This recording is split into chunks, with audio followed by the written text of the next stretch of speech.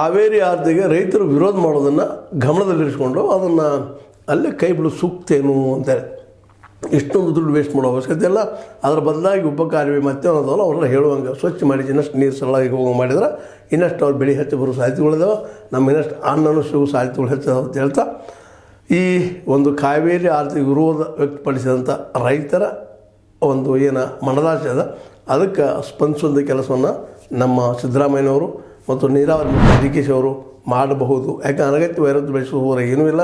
ಈಗಾಗಲೇ ಸಾಕಷ್ಟು ಈ ದಿಶೆಯಲ್ಲಿ ಸರ್ಕಾರ ಹೆಸರು ಕೆಡಿಸ್ಕೊಳ್ಳೋದು. ಈಗ RCB ಮತ್ತೇನೋ ಕೆಲವೊಂದು ಕಾರ್ಯಕ್ರಮ ಮಾಡಿ ಅದು ಈಗಾಗಲೇ ರಾಜ್ಯ ತುಂಬ ಟೀಕೆ ಟಿಪ್ಪಣಿಗೊಳಗಾದಾಗ ಇನ್ನೊಂದು ಇಲ್ಲಿ ರೈತರಿಂದ ವಿರೋಧ ವ್ಯಕ್ತ ಮಾಡಿಸಿಕೊಂಡು ಈ ಕಾರ್ಯಕ್ರಮ ಮಾಡಿದಾಗ ಇದು ಇನ್ನಷ್ಟು ಶಬ್ದ ಮಾಡೋ ಸಾಧ್ಯತೆಗಳಿದ್ದಾವೆ. ಮತ್ತು ವಿರೋಧಿಗಳಿಗಿಂತ ಇಷ್ಟು ಸಣ್ಣ ಸಣ್ಣ ವಿಷಯ ಸಿಕ್ಕರು ಸಾಕು ದೊಡ್ಡ ಮಾಡೋ ಸಾಧ್ಯತೆಗಳಿದ್ದಾವೆ.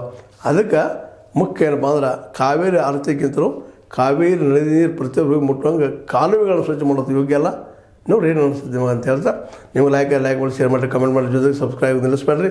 H60 ನ್ಯೂಸ್ ಅರ್ಥತೆ ಸಿದ್ದರಾಮಯ್ಯ ಸತ್ಯಕ್ಕೆ ವಂದನೆಗಳು.